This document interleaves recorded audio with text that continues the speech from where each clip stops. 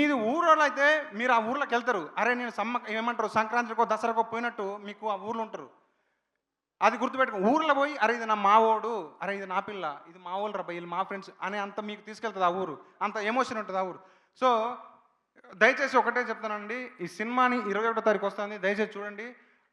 Thank you so much. అంతా మీ ఆకలైతేనా గానీ ఇప్పటిదాకా మంచిని దాక్కుంటున్నందుకు thank you so much.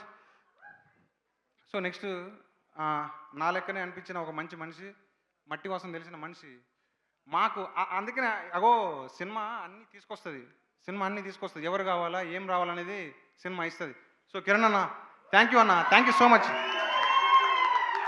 So, అంతే. ఆ సినిమా మనం ఎంత ట్రై చేసినా కాదది. సినిమా ఇస్తది. సినిమా నీకేం కావాలో ఇస్తది. నీకెంత కష్టపడ్డావో దానికి తిరిగిస్తది. సో, కిరణ్ అన్న లవ్ యూ అన్న. Love you so much. ఎందుకంటే ఆ మనిషి ఎంత ఒదిగినా కానీ అంటే మొన్న బండ్ల గణేష్ అన్న చెప్పింది నిజం. లవ్ యూ అన్న. నీ డ్రెస్ సెన్స్ కానీ, నీ ఉండే తీరు కానీ సూపర్. సో, నాకు వణుకొస్తుంది. ఎందుకంటే మైండ్‌లో తప్పు చేయనప్పుడు, స్వచ్ఛంగా పని చేసినప్పుడు నువ్వు మంచి పొగడపోయినా ఏం కాదు. కానీ దయచేసి నెగెటివ్ టాక్ తీసుకురావద్దండి. ఆ మనిషి వచ్చిండు, అక్కడి నుంచి వచ్చిండు. అక్కడి నుంచి ఇటు దాకా నా కోసం వచ్చిండు. వచ్చి ఆ మనిషికి అంత వయసులో కూడా నా కోసం వచ్చినప్పుడు ఆయన బాధ ఒకసారి చెప్పిద్దాం అనుకున్నా. కానీ అంతకుముందే మొత్తం చేసిర్రు. బట్ ఎనీవే సినిమా అనేది ఒకటి ఉంటుంది. దాని వెనక కష్టం అనేది ఒకటి ఉంటుంది. అవన్నీ తిరిగిస్తుంది.